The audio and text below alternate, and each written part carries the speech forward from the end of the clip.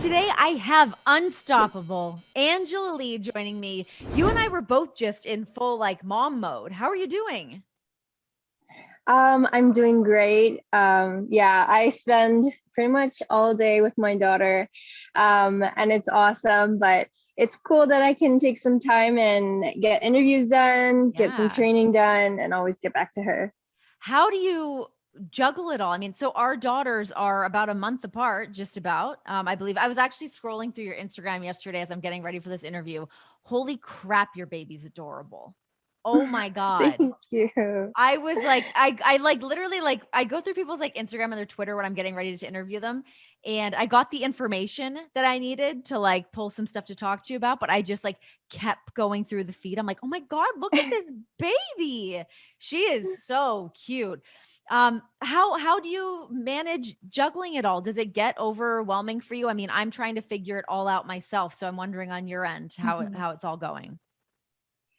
Yes, so still figuring it out. The beginning was the hardest, but luckily I do have a lot of help. My husband, my mom, and my brother, my sister-in-law. Actually, it's crazy because my sister-in-law and we have babies that are 15 days apart. Oh my So gosh. yeah, I mean, we're kind of going through this journey together, and it's nice to have someone to talk to and share our frustrations with. But yeah, still getting a hang of like scheduling everything, and I'm pretty much late for everything now. So Oh my, that's how I felt right now. I literally was just pumping before I came on here because I'm like, oh, I've got to sit down, but I've got to do this. And I'm like, your time management gets thrown completely off when you have a baby. You get thrown, yeah, they definitely throw you a loop sometimes. These little babes. for sure, for sure. What do you do with your baby when you're stepping into the octagon in your training? Who do you pass her off to? Um, So usually it's my mom because my husband works, he teaches jujitsu, so he's usually busy. But yeah, my mom, she's been like a lifesaver and she loves it. She loves spending time with her grandbabies. Um, and yeah, it's awesome because even I can count on like my sister, my brothers to help out, and they're all really good with babies. So Yeah. I'm very lucky. Thank God. Shout out to the moms. My mom is with my baby right now too. And like, it's so nice to have like, I mean, not just a friendly face, but like a family member that you're like, here's the baby. I've got to go do some stuff. But like, if I hear my baby crying in the background, I'm like, oh God, it like puts me in a total panic. Do you get like that when you're training if you can hear her? Yeah, it's really hard. Like just yesterday I was training and then Ava started crying and I just couldn't focus on what I was doing. I couldn't focus on my round. All I was thinking about was her and I was kept looking over. I know it's so hard.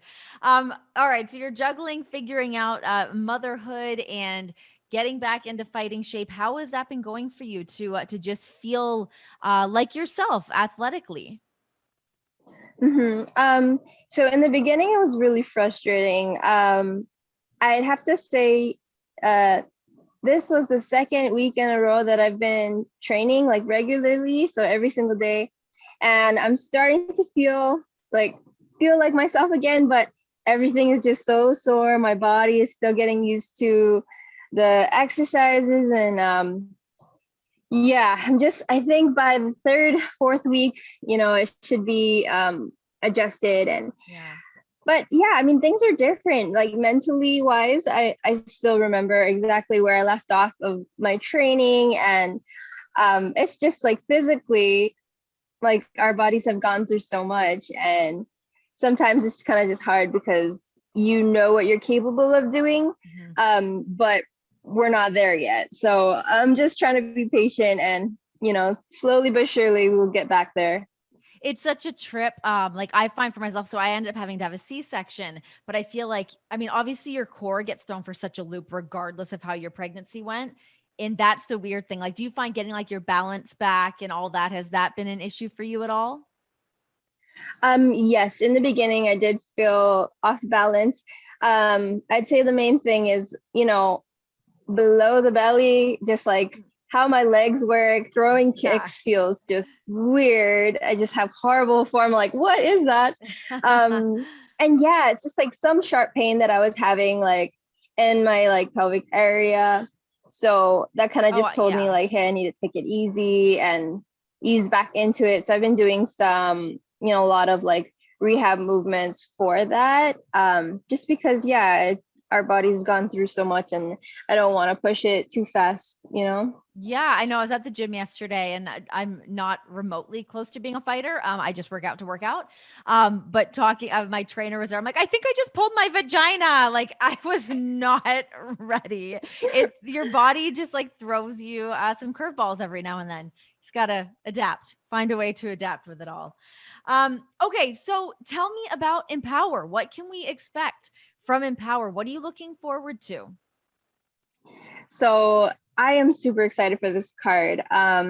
It's the first time in ONE Championship history that it's going to be an all-female card. So from top to bottom, all these women are going to be facing off against each other, and it's also going to be so there's a title fight headlining it, and then the rest of the card there's two exciting Muay Thai bouts.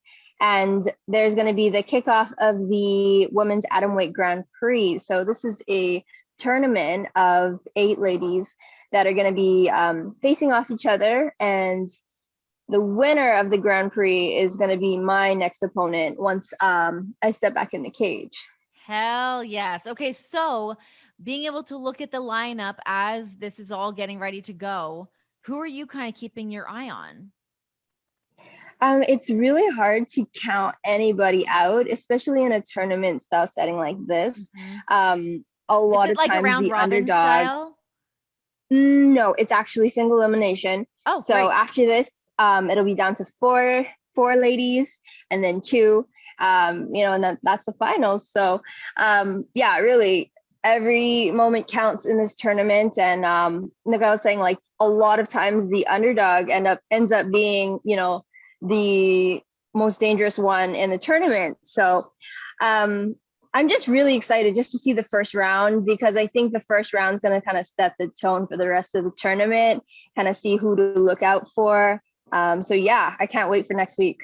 Hell yeah. It seems really cool. I mean, your relationship with ONE, you've been with them and being the atom weight champion there. How important is it for you to have an all-female card like this? Oh, I am so proud that like how far we've come. Like before I joined ONE Championship, there wasn't even a female champion. Like they didn't have any woman that was a world champion yet. And so I was very lucky, and I was so happy that I got to, be ONE Championship's first female champion. And since then, we've just had such a huge growth in the women's MMA in Asia, and it's just very accepted now, and people get very excited to see the women fight. So yeah, to have an all-female card like this happening now, I'm just very, very proud of how far we've come, and hopefully, yeah, this is the first of many. Yeah, absolutely. I mean, it's great to see, and just to see women being showcased in that light and giving more women that platform to show exactly what they can do. I mean, even looking over to other promotions like UFC, like Bellator, where they can have women be in the main event or have them be in the co-main event and start to create bigger stars within the MMA community. Do you feel the need for women to kind of find more of that star power within the fight world? Yes, I do see it here and there. There are some women that really stand out, that really gain that like attraction from fans.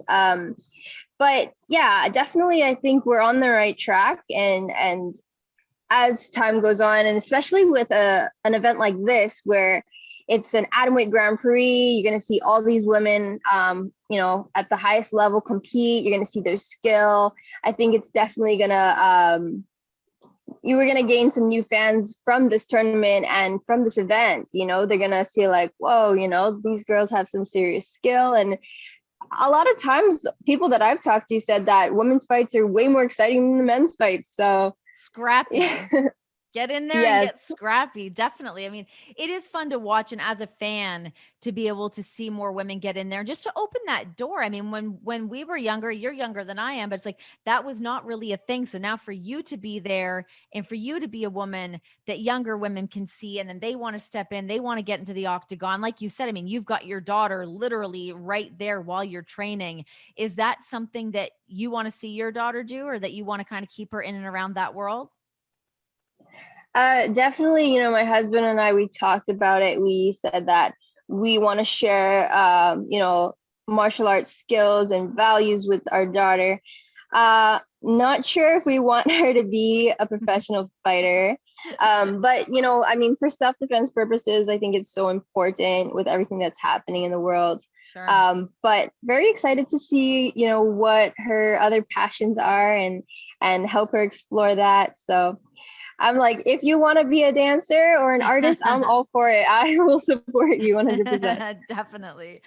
Okay, so sticking with the Atomweight Championship and your baby, I was reading about Denise. I don't know if I'm saying her name right. Denise Zamboanga. Did I say that right? No. I think so. Yes. From what I think I heard people say Zamboanga.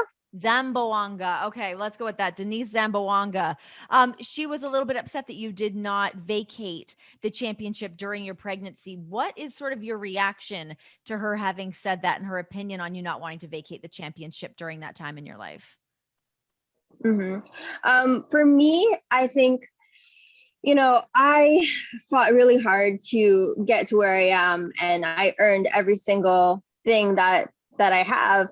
And so I think that this belt, it symbolizes just so much more than that. And I just think it would be unfair to, strip me of the title or for me to relinquish the title if I haven't lost, if no one has taken it from me. Mm-hmm.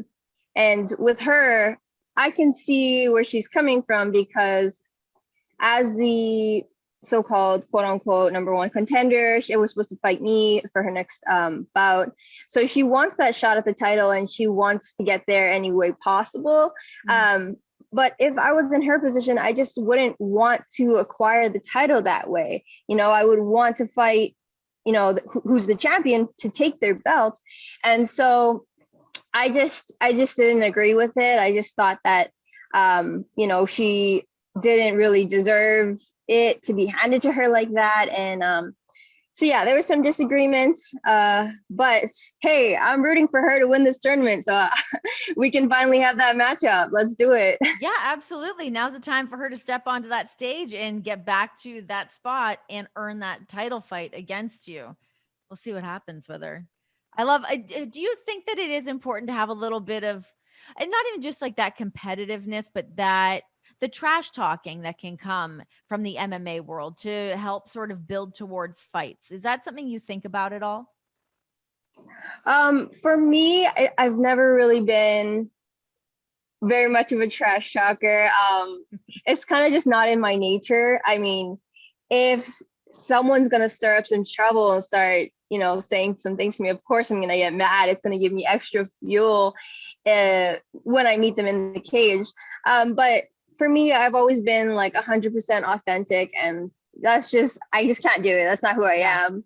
Yeah. But I get it. For other people, like, it really helps to hype it up, bring more excitement to the fight. And some people just have that like split personality. But yeah, everyone's different. Yeah, no, absolutely. I mean, I think from the fan standpoint, it gives you a little bit more like, ooh, let's get into this fight. This person said this and this person said that. It's fun to kind of watch Mhm. it all unfold. But yeah, it just seems like sort of the mental side of things, whether you're into it or not, can be a little bit taxing as you're getting ready to step into the octagon in that capacity. Okay, so Unstoppable. Where did Unstoppable come from? How difficult is it to come up with a name? Because you have to have the MMA name. Mhm. It's so funny, actually. Uh, there isn't really a cool story behind it.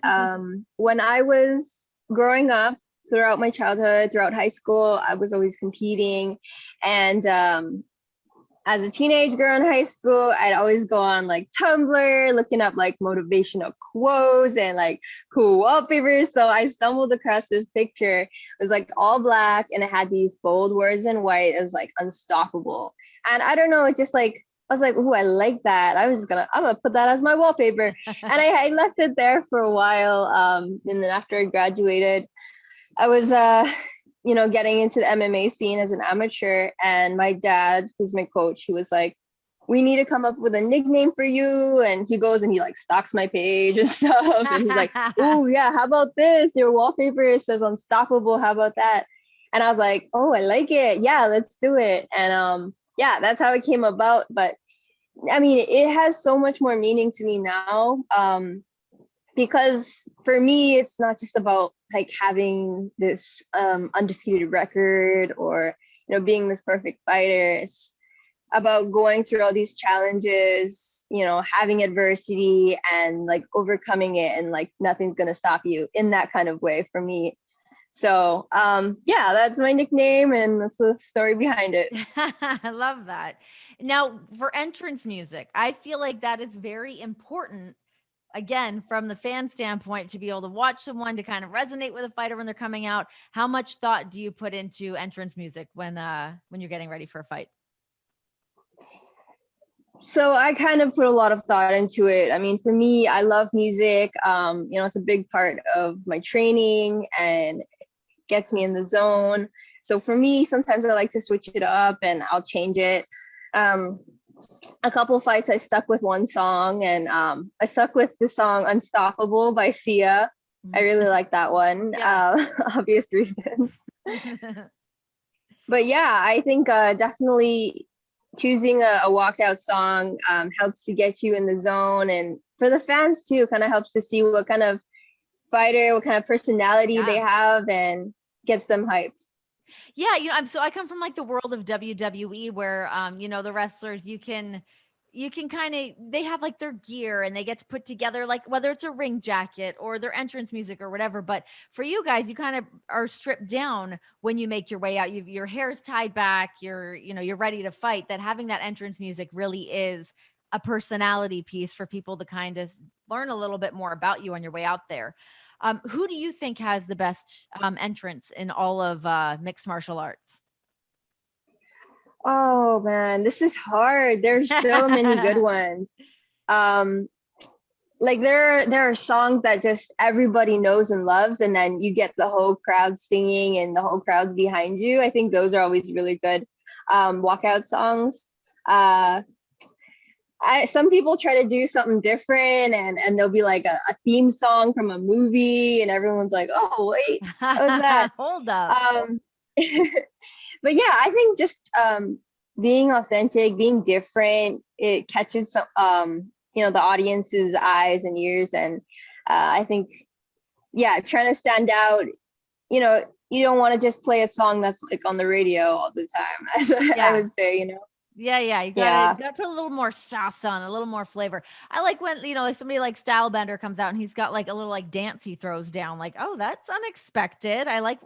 But at the same time, you've got to be careful with that because you don't want to gas yourself out before you have your actual fight. You gotta have a little bit of for sure. You and I have a couple things in common, both Canadian Americans, both have brand new babies about a month apart. How long were you in Canada before you moved to the United States? About 6 years. So I was born there and I did a little bit elementary, and I moved to Hawaii when I was 7. Okay. Not bad. Not a bad way to be spending your time at all. 2 amazing places. Yeah, honestly, so beautiful there. Vancouver is absolutely stunning. Hawaii obviously is incredible.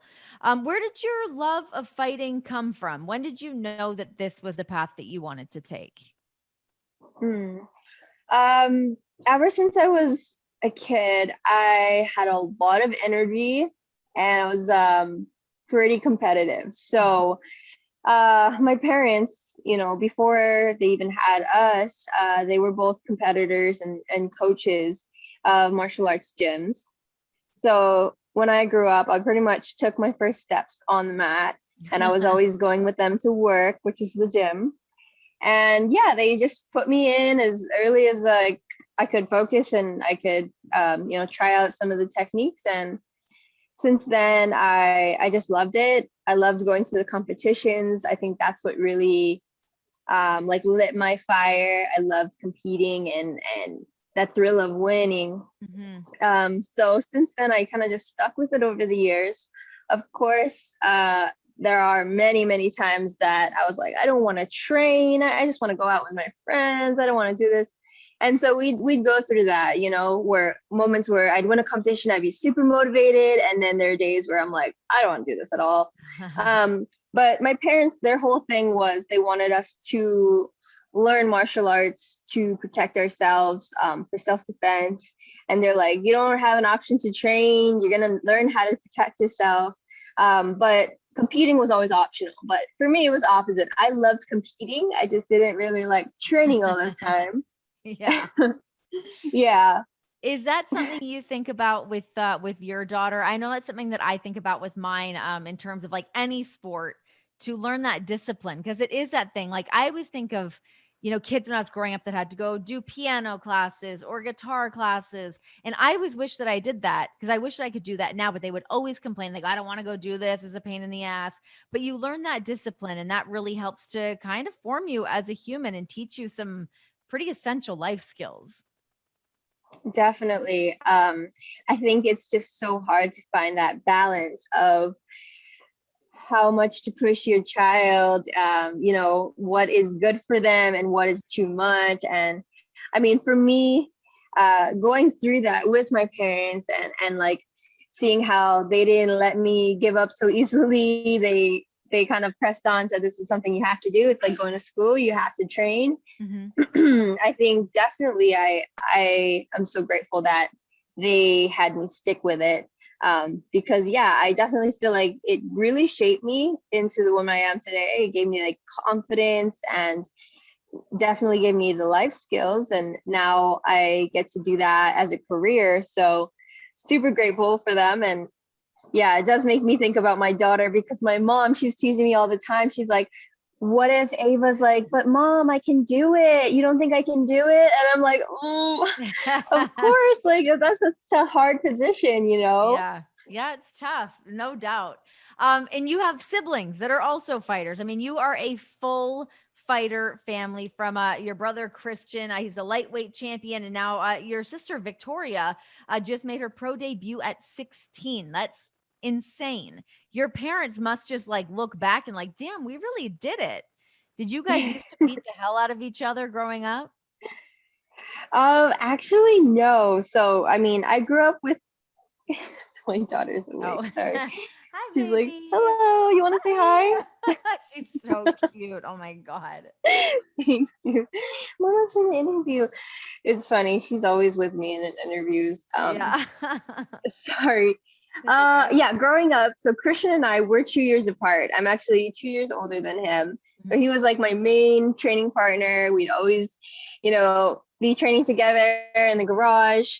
So me and Victoria were 8 years apart. So, I was helping take care of her when she was little. And she was actually the one who was least interested in martial arts. Like she started training the latest, and she was very, very shy. Like, that's why I'm so proud of her and how far she's come, because she's like a completely different person. She's like the person who's very talented in arts and like musically gifted.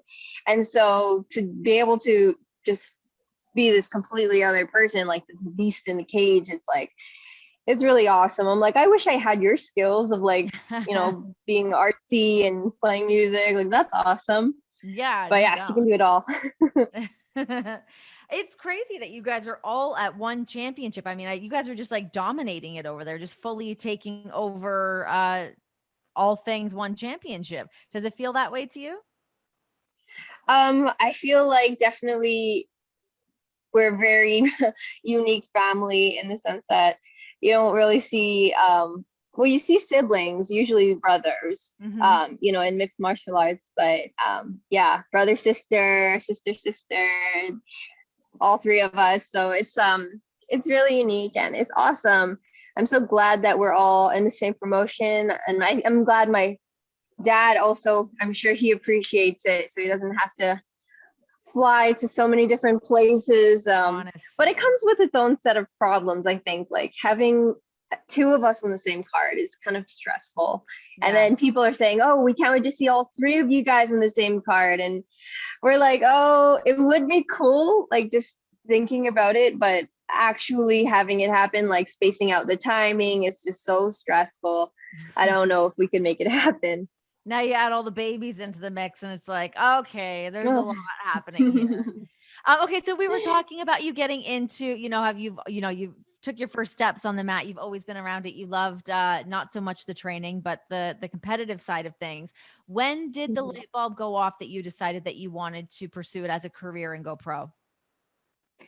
So, in the last 2 years of high school, we started competing more regularly. And when I was 15, my brother and we went to the U.S. Nationals in Vegas, and we competed. I competed in my division, which is the teenage girls division. And then I stepped up and I also competed in the women's division. I ended up winning both divisions and qualifying to compete in the worlds later that year. So really competing in the worlds changed our lives for my brother and I. The competition was held in Sparta in Greece, nice. Which was the coolest thing, for us, because, that's just where combat was like born. Right. And, it was amazing to see all these different countries, competing, and so many different kids. Like before, when we were training in Hawaii, it wasn't really a big thing. You didn't see a lot of kids in like MMA or pancreation youth MMA. But you saw all these kids from like Russia, from like Italy and Ireland, and they're all training. They all have the same goal. And it was just so eye-opening. The whole trip, just being able to travel across the world, see different cultures. Like we told each other, this is what we wanted to do. This is what we want to do for our job, for life. And so since then, we took competition a lot more seriously, and we really wanted to train towards that. Was there ever a time that you thought maybe you weren't going to do it and had like, the quote unquote backup plan of things that maybe you wanted to do outside of MMA? So for me, when I graduated high school in 2014, I did have my backup plan my first plan, which was to go to college. So I was going to college full time, and I was also getting ready for my amateur MMA debut. So I had 3 amateur fights while I was also studying in college. And after that, I was like, I told my parents, I don't really see myself doing the whole college life, getting the degree. I really want to commit to this career of being a MMA fighter. And they supported me 100%. They said, if this is something you want to do, then you just need to commit to it and we'll support you. So, great. Yeah. That's nice. That's always nice to hear, because a lot of parents are not like that. Like, no, go to school, go figure something out. But I mean, your whole family, it is like in your DNA through and through. So they're probably like, hell yeah, let's go. Let's get this pony ready for the show. Why ONE Championship? Why did that seem like the best fit for you? So, oh man, it's funny. Actually, at the time, after I had my 3 amateur fights and I was about to turn pro, I was 19 or 18, almost 19.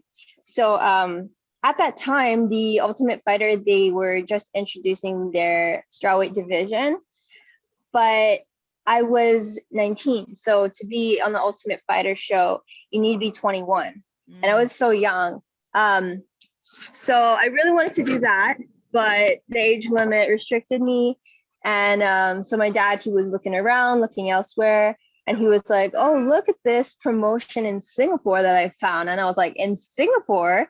Because growing up, I would travel, with my family. We'd go see relatives in Singapore. and there was no sign of MMA whatsoever. Wow. Like not even a gym, like no MMA shops. So I was like, an MMA promotion? Like what?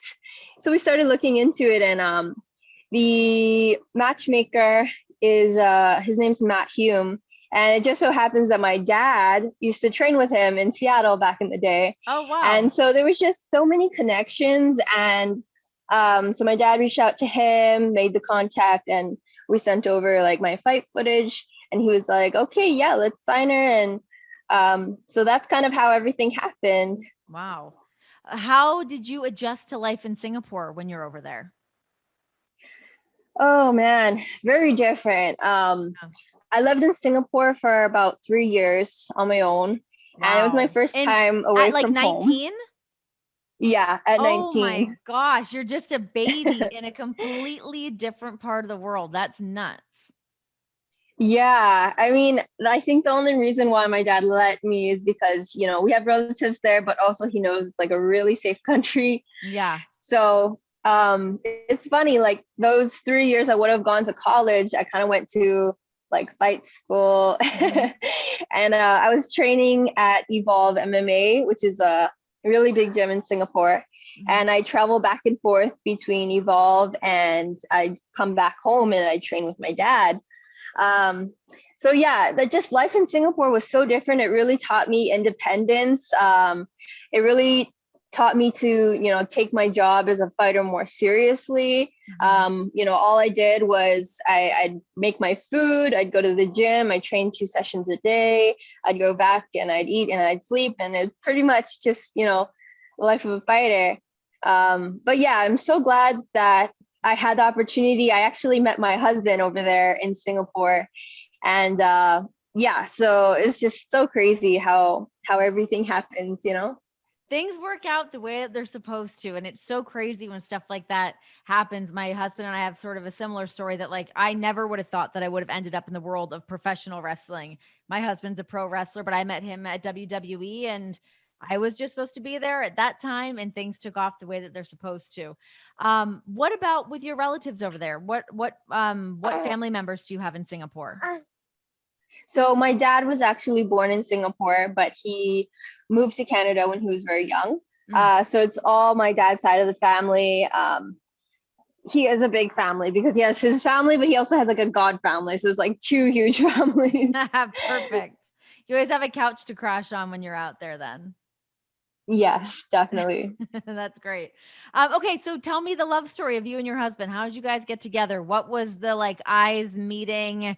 This is a big connection. Let's go on a date kind of situation. Oh my goodness.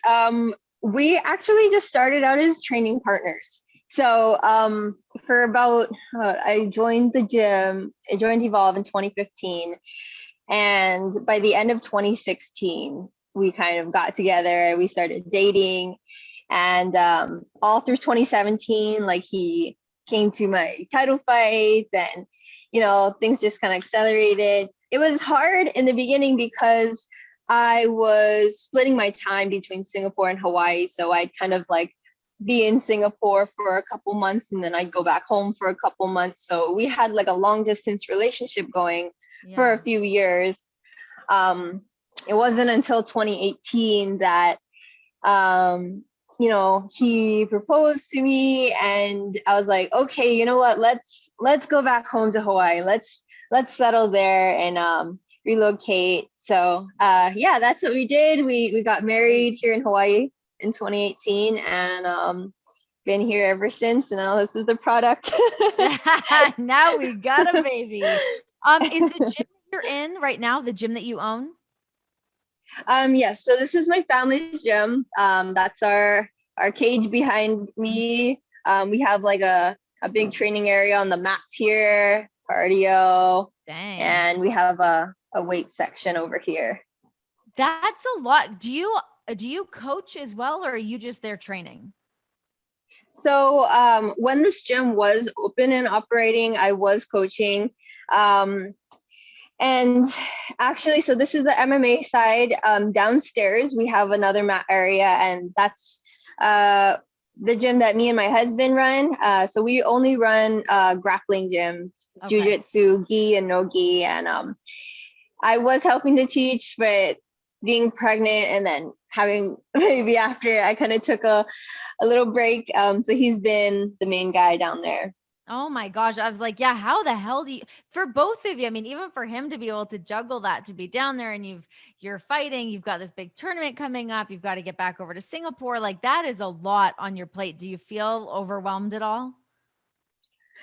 Sometimes, I mean, what helps me a lot is I like to kind of plan everything out, and I have like this, I don't even know, a planner. I have a planner and I try to schedule things like to be on a timeline. And of course, it doesn't always happen the way that I want it to happen. I have to be flexible.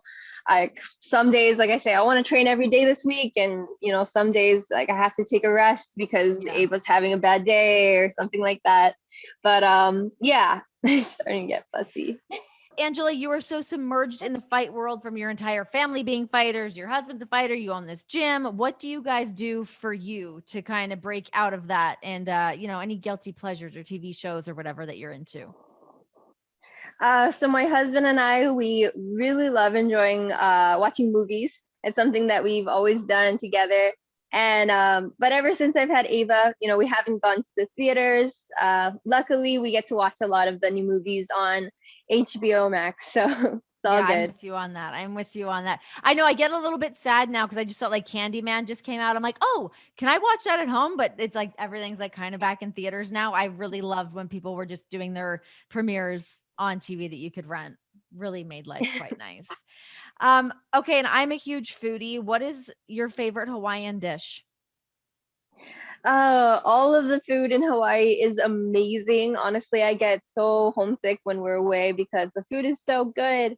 It's a mix of different cultures. But one thing that I cannot live without, let's see. They have really, really good fresh poke here. So I know a lot of places in the world like caught on to the like poke theme. But here in Hawaii, it's where it's like most fresh. So it's very, very good. I was And craving that also, so much when I was pregnant, like craving a oh, good me poke bowl. Oh too. my God. Oh, I kind of gave in towards the end. I was like, you Yeah. know what? She's fully We're formed. there. I'm going for it. I did the same thing. Like she's good, we're good. Give me it 100%. Yeah. Are you pro or anti spam? Where do you stand for spam? Okay, so I love spam, but you gotta eat it in a certain way. So if you just eat it out of the can, I think that's just disgusting. Sure. But so what I do is I like slice them up, put it on a baking tray, and I like to put brown sugar, and I coat it in brown sugar. And then when you put it in the oven to bake, it kind of gets like caramelized, Yeah. and oh, it's just delicious. I love it like that. I love me some spam. I did not have it until I was like in my mid 20s. I love me some spam. People just don't know to cook it a different way, Yeah. or like people think it's disgusting and it's heavenly. You're just doing it wrong. You got to cook it right. Okay, so when do you leave to go back to Singapore? So currently, my brother and sister are up next. They'll be fighting September 24th in Singapore. But right now it's very, very difficult because of, the coronavirus and whatever's going on. Singapore is very, very strict with who is coming into their country. Mhm. So even if I was fighting in Singapore now, I couldn't go because they wouldn't let my daughter in. Got it. They say that babies, they're not vaccinated, they can't be tested. And so yeah, that kind of Dang. sucks because I really want to watch Christian and Victoria compete, and I want to support them. But it's okay. I'm sure by next year things should be better. And so I think I'm scheduled to get back in the cage hopefully around February. Awesome. Okay, and any final words for Empower, for this all women's card that's coming together, and specifically the tournament for the next woman that will be facing you for the Atomweight Championship? I just want to say tune in. It's going to be a really exciting card. You don't see, MMA cards like that. And I'm sure the ladies are going to bring the heat. You're going to see a lot of skill. It's going to be very exciting. And yeah, just this is the first round of the Atomweight Grand Prix, and there's going to be 2 more rounds. So if you can, try to keep up with it. And yeah, I'll be looking very closely to see who the winner is. Awesome. Looking forward to see who your challenger is going to be. Thank you for taking the time, and lovely to see sweet little baby Ava, and congratulations on everything going on in your life, everything with ONE Championship, and looking forward to this tournament. Thank you so much, Renee. It was really fun speaking with you. Yeah, nice to talk And to you thank you too. for being so patient with us. I hear ya. I'm with you. I'm on the same page as you, girl.